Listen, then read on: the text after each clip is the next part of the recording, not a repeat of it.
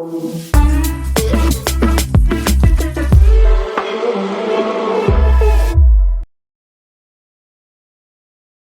welcome to the podcast. So you want to become Mr. Giri. So it would be nice if you could introduce yourself in a few words. A rare person who makes a living asking questions. That would be a quick introduction that defines perhaps the journey I've had. So to put it in perspective, Mr. Giri is a person who quizzes people. One of the most well-known quizzes, known as Tata Crucible. So explain your journey on how you got to this quizzing part. Started in school like any other. That's the passion part. So there were two parts to the journey. One is the passion part, the other is the profession part. The first part was the becoming of the quizmaster, which happened at school. So it goes back to a time when one of my teachers was actually on leave one morning and I had a loud mouth perhaps. So I was called and told, you're going to host the quiz in the afternoon. We were not from a generation when we had the luxury of fabulous mics like what you bring. Sponsored by my dad. Thank you. Whoever it is. My dad didn't sponsor me in those days, nor did the school. So you had to have a loud voice for the voice to carry, and I was asked to host. It turns out in retrospect, and I was in class 4, so I must have done a decent job because quite regularly I was asked to do it after that. But then quizzing in our generation unfortunately stopped with college. There's really nothing much which happened post-college. So we were giving it a thought and saying, hey, how do we keep indulging? There used to be the odd clubs which used to meet once in a while, not with the kind of frequency and passion that today you find quiz clubs meeting. The second part was quizzing itself was becoming a little boring and a nerdy activity. People who really knew deep stuff were the ones who would quiz and not the ones who were curious. So we experimented and said, can quizzing be for those who are curious and not necessarily like a well-prepared sport? And that's how the profession side of it happened. One led to another, and then we signed up with some big companies, and 2 decades down the line, we've still managed to build something nice. So Mr. Giri is from a company, he has his company called Graycaps, right? That's correct. So how did you build Graycaps from start? Like building something requires a lot of effort. So how did that happen? Given that it's not only providence, what else was in your way? So the intent is not to sound like, we're from Mohenjo-daro or Harappa or, given the kind of generation y'all are. But the true reality and honesty with which I would answer this is, we didn't come from a generation where we had adjectives like startup, valuation, exit possibilities, nothing. It was about doing something passionately, doing that well, and an audience appreciating you. If that led to a business proposition, well and good. And that's how we grew. So it was one show at a time and then, building on to that passion. While at some stage you started realizing when television started happening and the show started becoming bigger, that you've got to bring in technology, you've got to bring in people, and then the company grew. So we are a generation of entrepreneurs which probably grew organically, one on top of the other like a building brick. But having said that, today's challenges, and if I were to start Graycaps today, and it was not 20 years ago when I did start, it would be a very different startup. How so? Today's requirements, when you even start, don't actually give you the margins of error that I had. The luxury of not necessarily being perfect. You're starting out on a podcast journey. Okay. Look at the kind of equipment you have. Look at the kind of sophistication with which you're starting on day 0. I didn't do those things as a quizmaster. Those quiz shows were rusty. Those quiz shows were simple. Those quiz shows were probably to one location, one city. You're based in another city, you're interviewing a man in another city, and you're on day 0. So today's world, your minimum takeoff is global. And that's pressure. That's requirement for perfection. That is requirement to have pre-startup learning, which sets you up to start up. We learnt on the job, you will too. But the manner in which you start would be 10x to where I started. start comparison. So let's imagine you had the same amount of sophistication of equipment that I have currently. How different would it be in your age at 2 decades back, that is? So, two differences. One is the competition in this era is far closer than you think it is. So, I follow what's called the rear view mirror philosophy. Which is? You're driving a car, you see the rear view mirror, you think the car is far. It's actually not as far as it seems in the rear view mirror. That's competition. It's far closer than you think it is. So, in my generation, the rear view mirror showed the distance perhaps more accurately. Your competition was not too many and not too close. Today, your best friends in your own school are your strongest competitors if you get this show right. You're going to have 4 other guys springing up saying, hey, if this guy could do it, I can do it better than him. True. So you are not just doing a good quiz when you're a quizmaster in this era or a podcast in this era. You're waking up 4 other people to challenge you immediately. So it's a very different era, but that's good. That's good because it pushes you and it gets you to do better and unlearn faster. Your unlearn frequency is going to be far shorter than it was for me. Your compulsions to change are not going to be when you're required to change. You will have to change before change dawns on you. That's the difference. Okay, that's interesting. Maybe I think, so how else would you put it? So if now that I'm starting as a quizmaster, let's say, assuming. So what would I go about to do? So what would you suggest me to go about and do? So I wouldn't apart from joining Graycaps. That's a good pitch and you're welcome. I mean, no problems at that.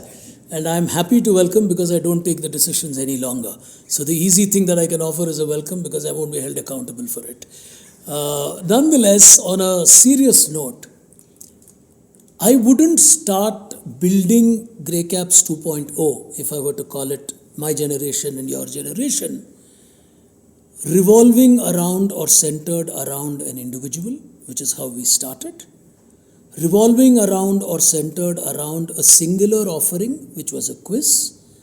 But I would diversify both in terms of the number of people who would deliver, which means I would institutionalize it on day 1. 2, I would look at what I can offer as a plethora of options, because one of the things we learned during COVID was to not be singularly dependent.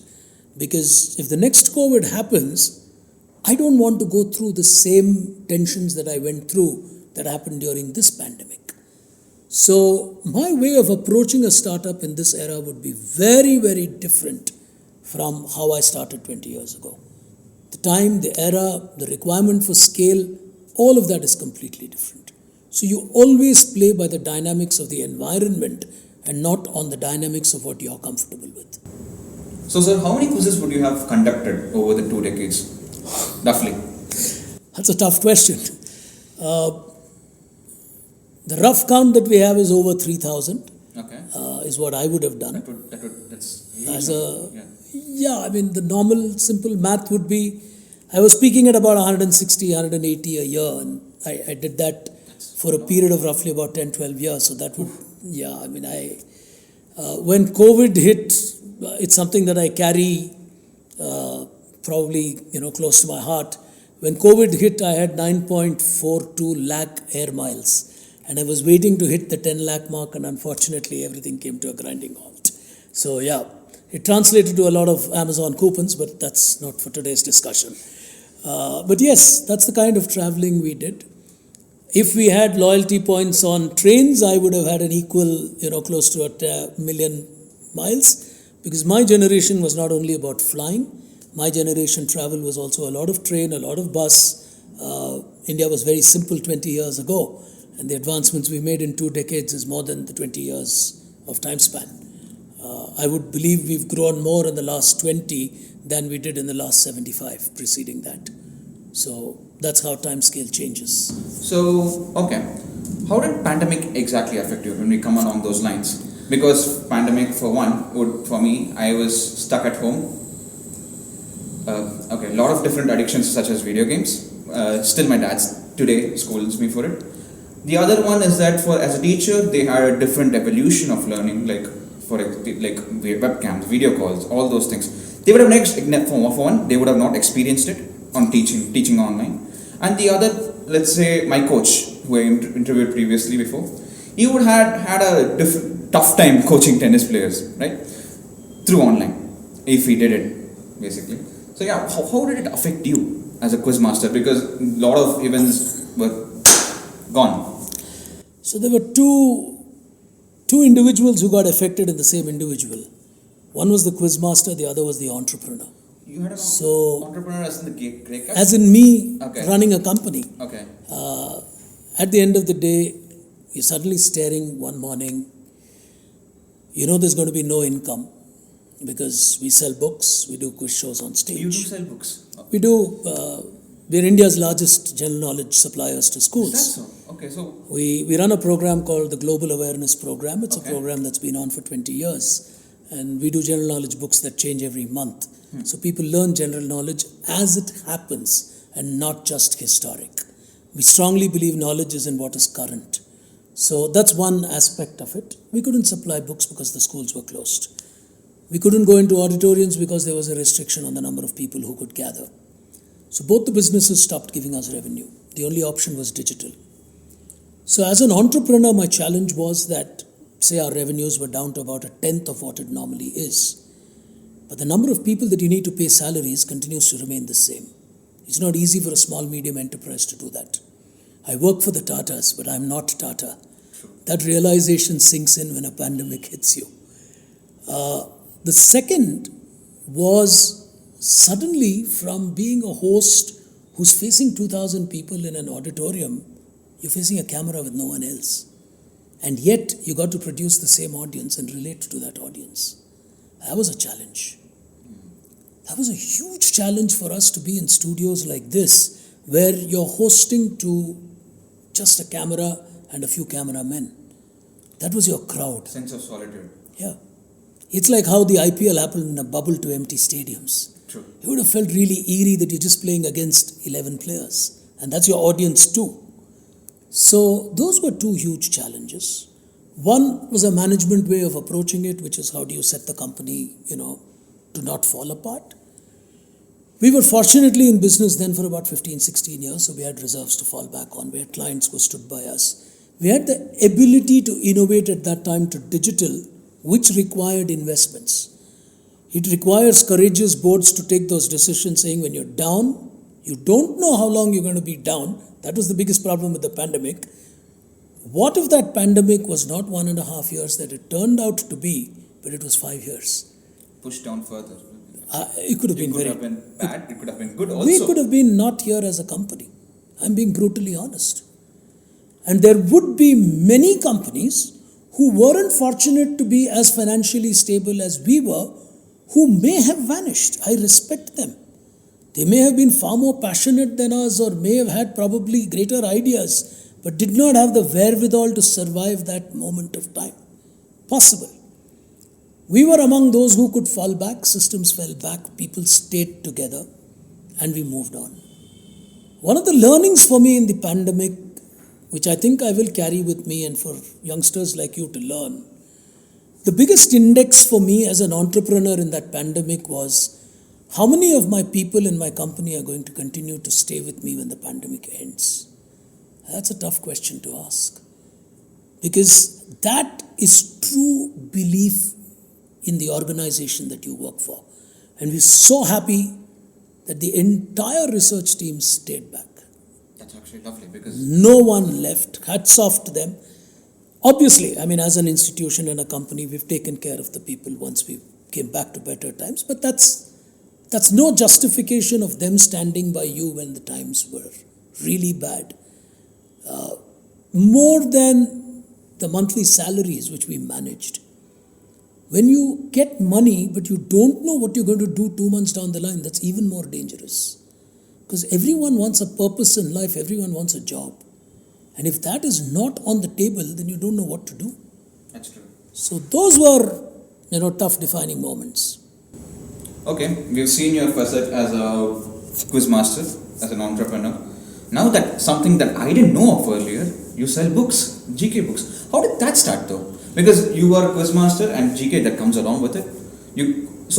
Okay, I'll make, for those who don't know, I wanna ask you, what kind of quizzes do you actually do?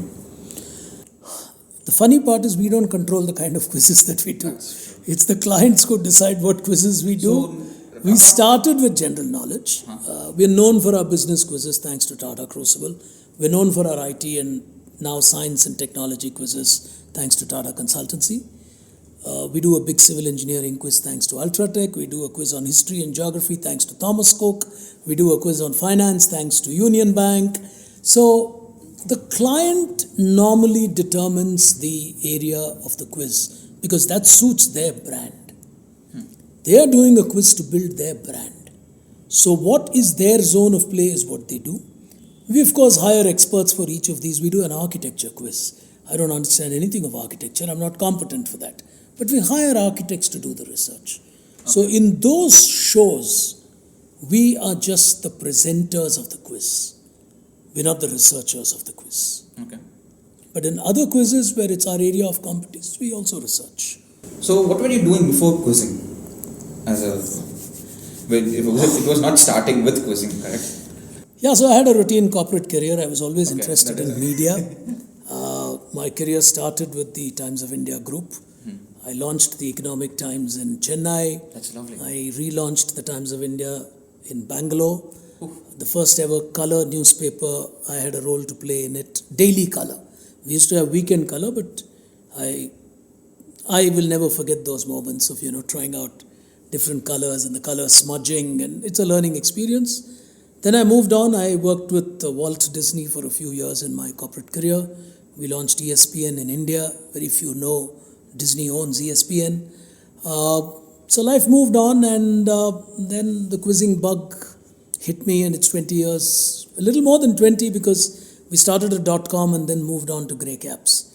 So we failed, and then we started what has stayed. And that's how you, known as Pickbrain, evolved over the years. Pickbrain actually happened during the Times of India days. How because so technically in those days when you write for the newspaper, only if you were in the editorial department you were allowed to carry your name as a byline.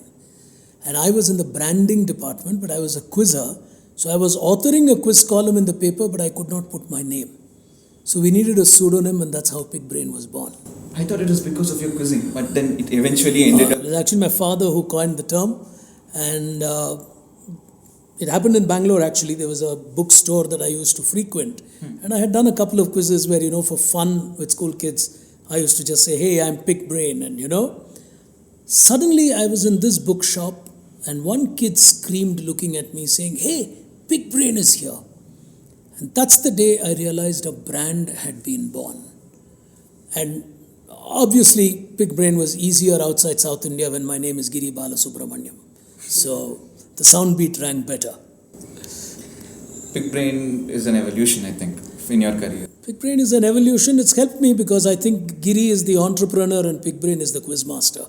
So I think it's helped. So if you had not been in quizzing, let's say, if you had not been in quizzing, would you have continued your career in journalism or in corporate? Even if the quizzing in you, the quizzer in you didn't click, like snap, I want to do quizzing. That's how it happened, right? Okay? Partly, more or less, yes. So what would have happened? Would you have sunken down in your job saying, okay, I don't want to do journalism, but yet here I am?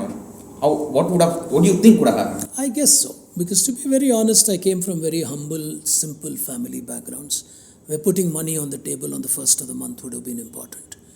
I do not come from a family background where I could have sat back and said, even if I don't get paid a salary or something, I don't care. I'm going to do what I love. Every human being in this world would like to do what they love to do if someone's willing to put the food on the table. But it doesn't happen like that in reality. So I would have definitely done a 9-to-5 job, and I probably would have continued in media, which was still an area of preference. Media was not something, I didn't still go into, a routine MBA kind of a thing in those days, which was general management. So I did not go into general management. I went into media management, which in itself was a choice of a niche.